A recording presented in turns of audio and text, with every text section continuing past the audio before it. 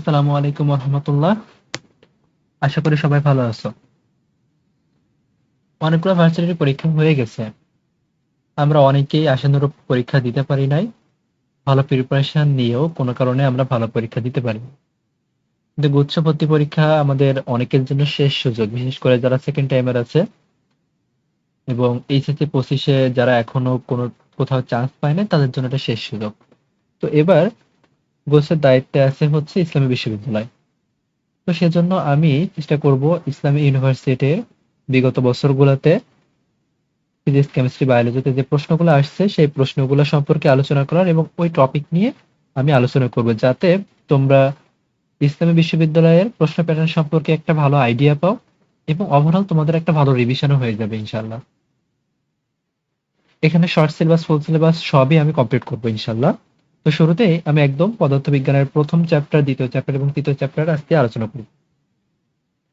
তো প্রথমে আসো, এখানে যদি একটু খেয়াল করো, প্রথমে যে প্রশ্নটা এখানে আছে যে নিচের কোনটি লব্ধ রাশি। তো লব্ধ রাশি মানে কি? লব্ধ রাশি মানে আমরা জানি যৌগিক রাশি। তাহলে দেখো, মৌলিক রাশিগুলো যদি আমি জানি, ওই মৌলিক রাশিগুলা বাদ দিয়ে বাদ বাকি যা আছে সবই হচ্ছে লব্ধ রাশি।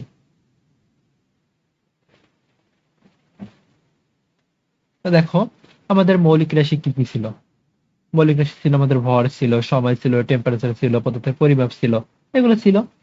কিন্তু এই যে কম্পাঙ্ক, বেগ, ত্বরণ, ক্ষেত্রফল, আয়তন, সান্দ্রতাঙ্ক, পৃষ্ঠতাপ, যাই বলো না কেন, এগুলা সব কি? সব হচ্ছে যৌগিক রাশি। কারণ এগুলা তোমার কোন মৌলিক রাশিগুলা দিয়েই তৈরি করতে হয়। তুমি কম্পাঙ্কের কথা চিন্তা করো, কম্পাঙ্ক এফ সমান কি?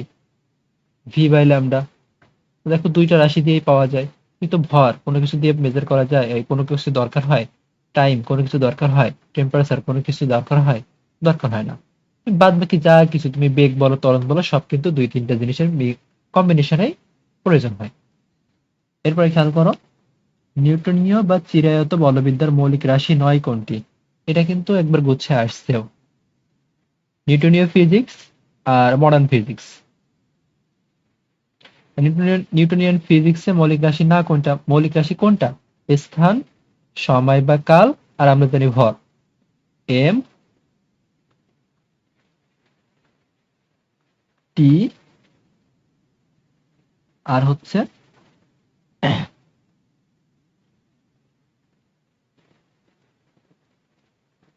স্থান বা দৈর্ঘ্য, যেটাকে আমরা বলি, এই তিনটা মৌলিক রাশি। তাহলে কি কি ছিল? আবার যদি বলো, সাতটা মৌলিক রাশি ছিল: দৈর্ঘ্য, ভর, সময়, টেম্পারেচার, তড়িৎ প্রবাহ ছিল, দীপন তীব্রতা ছিল, পদার্থের পরিমাণ ছিল, এগুলা। আর মডার্ন ফিজিক্সে এই তিনটা পরিবর্তনশীল, এটা আমরা জানি, আধুনিক পদার্থবিজ্ঞান চ্যাপ্টারে এটা তোমরা পড়ছো। আচ্ছা, গোলীয় তলের বক্রতার ব্যাসার্ধ নির্ণয়ের সূত্র কোনটা? এটা আসছিল, এটা আমরা তো জানি যে D square by 6h plus H by 2, তার মানে এই সি নাম্বারটা হয়। এখান থেকে কিন্তু গুচ্ছতে প্রশ্ন আসছিল, ডি এর মান, এইচ এর মান গুলা বের করে নিয়ে এখানে বসাতে হয়েছিল। ক্যালকুলেটর ছাড়া করা একটু কঠিন, টাফ ছিল। মাত্রা সমীকরণটার মধ্যে কোনটা সঠিক? কখনোই তোমরা একক মাত্রা মুখস্থ করবে না, বেশ কমন যে একক মাত্রাগুলো আছে এগুলো অবশ্যই পড়বা। এখন এখানে যেগুলো আছে, তুমি যদি একটা দুইটা বের করে থাকো, তাহলে কিন্তু বাদ বাকি সব তুমি নিজেই বের করতে পারবে। যেমন এখানে আছে হচ্ছে, এটার ব্যাখ্যাতে যদি আসি, ক্ষমতা। ক্ষমতা সমান আমরা জানি ডাব্লিউ বাই টি।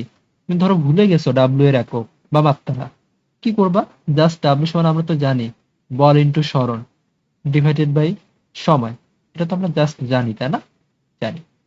তো এখন দেখো, এখান থেকে তুমি অনেক ভাবে করতে পারো। বলের মাত্রাও ধরো তুমি ভুলে গেছো, তাহলে এম এস বাই টি, এটা আমরা পাই। এম এর তো একক তো কেউ ভুলে না, ভরের একক তো আমরা সবাই জানি, তাই না? তুমি এখান থেকে মাত্রা লিখতে পারো, যেহেতু এখানে মাত্রা চাই তুমি মাত্রাই বলি। ভরের মাত্রা আমরা এম বলি, মাস।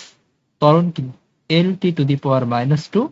দেন এস তো হচ্ছে সরণ, সরণ কি? সরণ হচ্ছে L divided by time T. তাহলে এখান থেকে আমরা পাই হচ্ছে ক্ষমতার মাত্রা M L square T to the power -3, এটাই হচ্ছে ক্ষমতার মাত্রা। এরপর আছে পৃষ্ঠটান, আমরা সবগুলো একটু দেখব। পৃষ্ঠটান কি? পৃষ্ঠটানকে আমরা টি দ্বারা প্রকাশ করি। পৃষ্ঠটান। পৃষ্ঠটান টি সমান আছে হচ্ছে F/L। তাহলে এফ এর মাত্রা তো একটু আগে আমরা বের করছি, ml² ml t⁻², divided by এল এর মাত্রা তো এল এল কেটে গেলে m/t² থাকে। এটা হচ্ছে পৃষ্ঠটানের মাত্রা। বাকি আছে পীড়ন। পীড়ন আর চাপ কিন্তু সেম জিনিস। পীড়ন বা চাপ পি সমান আমরা জানি F/A। তাহলে এখানেও একই, ml t⁻², বাই ক্ষেত্রফলের মাত্রা হচ্ছে L²। তার মানে এখানে আমরা পাই m/L/t²। আরেকটা ছিল হচ্ছে সান্দ্রতাঙ্ক। সান্দ্রতাঙ্কের সূত্র আছে, স্টোকসের সূত্র থেকে আমরা করতে পারি F সমান 6πr/v। F সমান 6πr/v ছিল। এখান থেকে ইটাটাই হচ্ছে সান্দ্রতাঙ্ক। তাহলে সান্দ্রতাঙ্ক ইটা সমান কি আসে? 6π তো কনস্ট্যান্ট, 6π তো কনস্ট্যান্ট, বাদ দাও, তাহলে r/v আসে। আর এর মাত্রা ml t⁻², ব্যাসার্ধের মাত্রা l, বেগের মাত্রা l⁻⁻1। তাহলে সান্দ্রতাঙ্কের মাত্রা আমরা কি পাই? m/L/t। এখন দেখো কোনটা কারেক্ট আছে এখানে। পীড়নেরটা কারেক্ট আছে। দেখো m/L/t², তাহলে পীড়নেরটা কারেক্ট। এখান থেকে তুমি আরো কয়েকটা বের করবা মহাকর্ষীয় ধ্রুবক, যেগুলো তুমি জানো ওগুলো কিন্তু আমি বলি নাই। তুমি এখান থেকে মহাকর্ষীয় ধ্রুবকটা বের করবা, বলের ভ্রামক এগুলা। আচ্ছা, এবার আসি কোয়ান্টাম তত্ত্ব কে আবিষ্কার করছে? এটা তো আমরা সবাই জানি, বিজ্ঞানী ম্যাক্স প্লাঙ্ক কোয়ান্টাম তত্ত্ব আবিষ্কার করছে। আচ্ছা, এখানে যেগুলো আছে আমি একটু কয়েকটা বলে দিই। আলবার্ট আইনস্টাইন কি করছে? আপেক্ষিক তত্ত্ব। স্যার আইজ্যাক নিউটন, নিউটনের তো অনেক কিছুই আছে, আমরা যেটা বলি কণা তত্ত্ব বা কণিকা তত্ত্ব, যেগুলো পরীক্ষায় আসার মতো। তারপরে তোমার এ আছে না যে তাড়িৎ-চৌম্বক তত্ত্ব, ম্যাক্সওয়েল।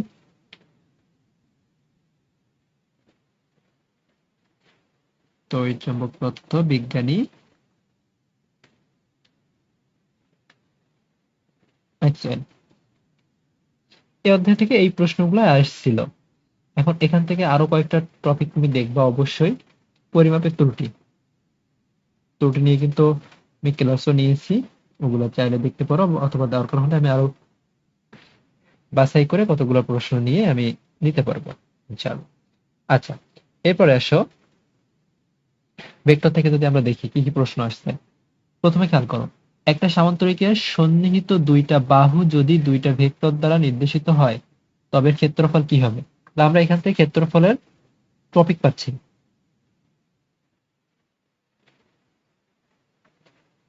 একটা সামান্তরিকের যদি দুইটা ভেক্টর দুইটা বাহু ইন্ডিকেট করে তাহলে সেই ক্ষেত্রে ক্ষেত্রফল ইন্ডিকেট করবে ওই দুইটা ভেক্টরের ক্রস গুণফলের মান।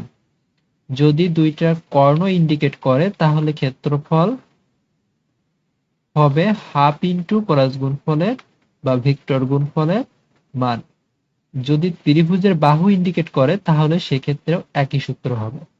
তাহলে সেই হিসেবে কোনটা আসে? ভেক্টর দুইটার ভেক্টর গুণফলের সমান। ভেক্টর দুইটার ভেক্টর গুণফলের মানের সমান বললে ভালো হতো। 17-18 সেশনে আসা প্রশ্ন, দেখছো? এরপরটা আসো, এ বরাবর একটা ভেক্টর এ ক্যাপ হলে একক ভেক্টরের মানে একক ভেক্টর কোনটা? আমরা জানি যে কোনো ভেক্টরকে তার মান দিয়ে যদি আমরা ভাগ করি তাহলে একক ভেক্টর পাই। কোনটা হয় এখানে দেখো তো, এই যে বি নাম্বারটা, যে কোনো ভেক্টরকে তার মান দিয়ে ভাগ করতে হবে। 10 নিউটন ও 15 নিউটন মানের দুইটা বল একটা কণার উপর প্রযুক্ত হলে নিচের কোন বলটা কণার উপর লব্ধি হতে পারে না? আমরা তাকে একটা জিনিস জানি যে লব্ধির রেঞ্জ হচ্ছে সর্বোচ্চ মান এটার থেকে কি হতে হবে? ছোট হতে হবে, অথবা সমান হবে লব্ধির মান, কিন্তু সর্বনিম্ন মান থেকে বড় হতে হতে হবে অথবা তার সমান। সর্বোচ্চ লব্ধি আমরা কখন পাই? 0 ডিগ্রিতে পাই। তাহলে 0 ডিগ্রিতে তুমি কি পাবা? যোগফল, তাই না? 25 আসে। দেন আর সর্বনিম্ন লব্ধি আমরা 180 ডিগ্রিতে পাই। তাহলে এটা কত আসে? 5 আসে। তাই 5 থেকে 25 এর মধ্যে 30 কি হবে? 30 লব্ধি হতে পারে না। একক ভেক্টর হলে বি এর মান কত হবে? তাহলে একক ভেক্টরের ক্ষেত্রে আমরা জানি তো যে একটা ভেক্টরের মান কিভাবে বের করতে হয়, হাফের স্কোয়ার প্লাস বি এর স্কোয়ার, এটা সমান হচ্ছে 1। একক ভেক্টরের মান 1। তাহলে এখান থেকে আমরা পাই √1/4 প্লাস 1/4, তার মানে 1/2 প্লাস বি স্কোয়ার, এটা সমান 1। বি স্কোয়ার সমান আমরা পাই হচ্ছে হাফ, অতএব বি সমান পাই হচ্ছে 1/√2। আর এখান থেকে সি নাম্বারটা আসে। শেষে দেখি আমরা দুইটা বলের লব্ধির মান 40, বল দুইটার মধ্যে ছোটটার মান 30, যা লব্ধির সাথে লম্ব বরাবর। আচ্ছা, এখান থেকে এটা তুমি শর্টকাট করবা, বড় বলের স্কোয়ার সমান লব্ধি এর স্কোয়ার প্লাস ছোট বলের স্কোয়ার। কখন তুমি করবা এটা? যখন ছোট বলটা লব্ধির সাথে 90 ডিগ্রি কোণ করে থাকবে। এটা তাহলে বড় বলটা এখানে বের করতে বলেছে, তাহলে 40টা হচ্ছে লব্ধি, তাহলে এখান থেকে আমরা দিব 40-এর স্কোয়ার, ছোট বল হচ্ছে 30-এর স্কোয়ার, তাহলে বাদ বাকি থাকে 30, 40, তাহলে আমাদের 50 আসে, 3 4 5 মানে 30 40 50, আমাদের আর বের করার দরকার নেই। এই সাথে আরেকটা জিনিস একটু মনে রাখো, যে সর্বোচ্চ লব্ধি এর স্কোয়ার প্লাস সর্বনিম্ন লব্ধির স্কোয়ার সমান 2, আর 90 ডিগ্রিতে লব্ধি বের করতে বললে তার স্কোয়ার এখান থেকে বের করা যায়। এটা একটু মাথায় রাখো। ভেক্টর থেকে এই প্রশ্নগুলো আসছিল। গতিবিদ্যা থেকে বেশ কতগুলো প্রশ্ন আসছে, আমি তাহলে গতিবিদ্যাটা দেখি। দেখো, প্রথমে যে প্রশ্নটা আসছে এখানে প্রাস থেকে, একটা প্রাসের তাৎক্ষণিক বেগের অভিমুখ বিচরণ পথের আমি একটু চিত্র দেখাই, তাহলে তুমি নিজেই উত্তরটা করতে পারবা। মনে করো এই হচ্ছে একটা প্রাস, নির্দিষ্ট একটা অ্যাঙ্গেলে যায়, ধরো 300 কোণে, যে কোনো একটা জায়গার বেগ এইটা কোন দিক বরাবর যাবে? এটার স্পর্শক বরাবর ক্রিয়াশীল হয় অলওয়েজ। বেগ এগুলার স্পর্শক বরাবর যায়। আচ্ছা, যেহেতু প্রাস কথাটা চলেই আসছে,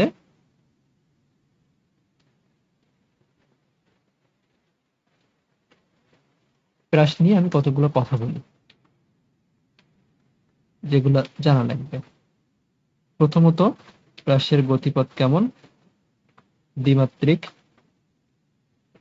কিন্তু সর্বোচ্চ অবস্থানে প্রাসের গতি একমাত্রিক, কারণ সেখানে কোনো উলম্ব বংশ থাকে না, ভি এর মান 0।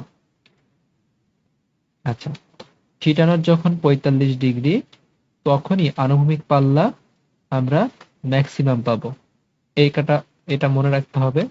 তারপরে এটা মনে রাখবা, tan থিটা নট সমান 4h/r। এই কয়েকটা জিনিস ভোলা যাবে না। এবার একটু দেখো, একটি গতিশীল বস্তুর সরণের সমীকরণ দেওয়া আছে, x সমান 4t² + 3t মিটার। 3 সেকেন্ড পরে বস্তুটার বেগ কত হবে?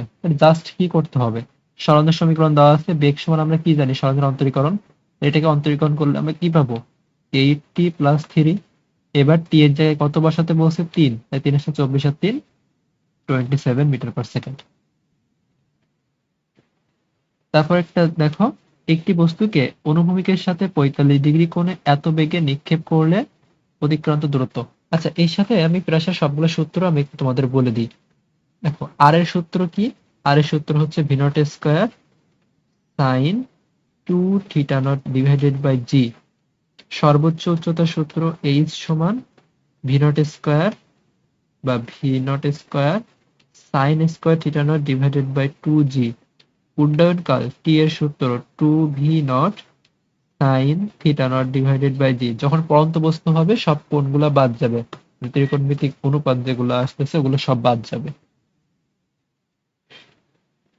তাহলে এইখানটাতে বের করতে বলছিল অতিক্রান্ত দূরত্ব, মানে আনুভূমিক পাল্লা বের করতে বলছে। আনুভূমিক পাল্লা কি হবে? এখান থেকে তুমি দেখো কত বেগে, 9.8 বেগে, তার মানে 9.8 এর square into sign 2 theta not, তার মানে সাইন 2 ইন্টু 45, তার মানে সাইন 90 ডিভাইডেড বাই 9.8। তাহলে একটা 9.8 এক 9.8 কেটে যায়, থাকে কত? 9.8 মিটার। দেন তারপরে দেখো, স্থির অবস্থান হতে চলতে আরম্ভ করে 625 মিটার দূরত্ব অতিক্রম করলে একটা বস্তুর বেগ 125 মিটার পার সেকেন্ড হলো, ত্বরণ কত হবে? আচ্ছা, কি কি আছে একটু দেখো। দূরত্ব দেওয়া আছে, এস দেওয়া আছে, দেন বেগ দেওয়া আছে।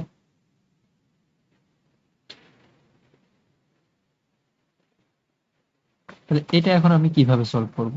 দেখো, স্থির অবস্থান মানে ইউ জিরো, তাহলে আমরা সরাসরি ভি স্কয়ার সমান U square plus two A S apply করতে পারি। এই পার্টটা তো জিরো, এখান থেকে আমাকে বের করতে বলেছি কি, এ বের করতে বলছে, তাহলে এ সমান আমরা লিখতে পারি V square by two S.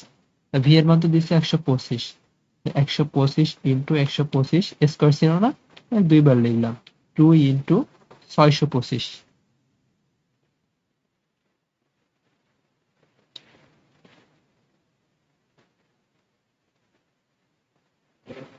কত আসে?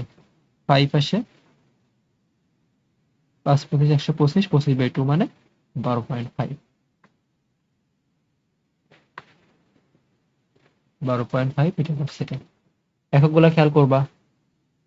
তারপরে আসো, 170 মিটার উঁচু দালানের ছাদ থেকে অনুভূমিকের সাথে 30 ডিগ্রি কোণ করে নিচের দিকে নিক্ষিপ্ত একটা বস্তু নিক্ষিপ্ত করা হলো। বস্তুটার আদিবেগ যদি এত হয়, বস্তুটি ভূমিতে আঘাত করতে কত সময় নেবে? এটা ক্যালকুলেটর ছাড়া একটু করা কঠিন। আমি জাস্ট সূত্রটা দেখতে দেখাই দিই। দেখো, অনুভূমিকের ছাদ এই ধরো 30 কত উচ্চতায়, 170 মিটার উচ্চতায়। এখান থেকে 30 ডিগ্রি কোণ করে নিচের দিকে একটা বস্তু নিক্ষেপ করা হয়েছে এইভাবে। এই কোণটা ছিল 30 ডিগ্রি, এইভাবে একটা বস্তু নিক্ষেপ করা হয়েছে। দেখো, এখান থেকে ভূমিতে পড়ে, এখান থেকে তোমাকে বের করতে বলছে যেন কতক্ষণ লাগবে। তো এখান থেকে তুমি ইউজ করবা ওয়াইটা, তো যেদিকে আছে ওয়াই সমান এখান থেকে, বা এইচ সমান তুমি অ্যাপ্লাই করতে পারো যে U T minus half G T square. এখান থেকে মাইনাস ওয়াই লিখতে হয়, ওর থেকে সহজ হয় হচ্ছে ওয়াই সমান আমরা এখানে লিখবো যে V naught sine theta not, V naught sine theta not plus half G T square. সব নিচের দিকে আমি পজিটিভ ধরছি। তো এইচ তো নিচের দিকে, মানে ওয়াই নিচের দিকে, ওয়াই বলতে এইচ যেটা উল্লম্ব দূরত্ব, নিচের দিকে সব আমি পজিটিভ ধরছি। এইচ নিচের দিকে, বেগ নিচের দিকে, জি নিচের দিকে, সব পজিটিভ ধরছি। তাহলে এখান থেকে তুমি 170 পাচ্ছ 40 সাইন 30, সাইন 30 এর মান তো হাফ, তারপর 40 ইন্টু সাইন 30, 40 ইন্টু হাফ মানে এখান থেকে 20 প্লাস 9.8, তার মানে 4.9 টি স্কোয়ার। এবার তো তুমি ক্যালকুলেশন করতে পারবে না, ও এখানে একটা টি দেওয়া হয়নি, এখান থেকে এটা ক্যালকুলেটর দিয়ে করে ফেলতে হবে এটা, তাছাড়া এটা করা মুশকিল। আশা করি এই টাইপের ম্যাথ দিবে না, বড় ম্যাথ এগুলা। মেসি ভূমির সাথে 53 ডিগ্রি কোণে, এখানে কোণ 53 ডিগ্রি দিবে না, কারণ ক্যালকুলেটর নাই তো, অন্য কোনো কিছু দিয়ে দিবে। এটা 45 দিতে পারে, 45 ডিগ্রি কোণে ধরো, 45 ডিগ্রি কোণে ক্লিক করছে। ইহার আদি বেগ এত হলে উচ্চতা কত হবে? তা উচ্চতা বলতে কি, এই সর্বাধিক উচ্চতায় জাস্ট এই সূত্রটাই বসাই দিবা, এইচ এর সূত্রটাই। তাহলে আমি ধরলাম 10 এর স্কোয়ার ইন্টু সাইন 45 ধরলাম, তার মানে সাইন 90 ডিগ্রি ধরলাম, জি এর মানও আমি ধরলাম 9.8, মানে 10 ধরলাম, তার মানে এখানে কিন্তু 10 এর কাছাকাছি আসে। এই টাইপের কোনো কিছু একটা হবে, যখন ধরার উপর ডিপেন্ড করবে তখন এই টাইপেরই আসবে। কি হবে? অবস্থান সময় লেখচিত্র কি নির্দেশ করে? দেখো, অবস্থান এন্ড সময় লেখচিত্র, অবস্থান সময় লেখচিত্র ইন্ডিকেট করে হচ্ছে দ্রুতি। এছাড়া আরো কয়েকটা তোমাকে অবশ্যই মনে রাখতে হবে, সেটা হচ্ছে সরণ সময় লেখচিত্র,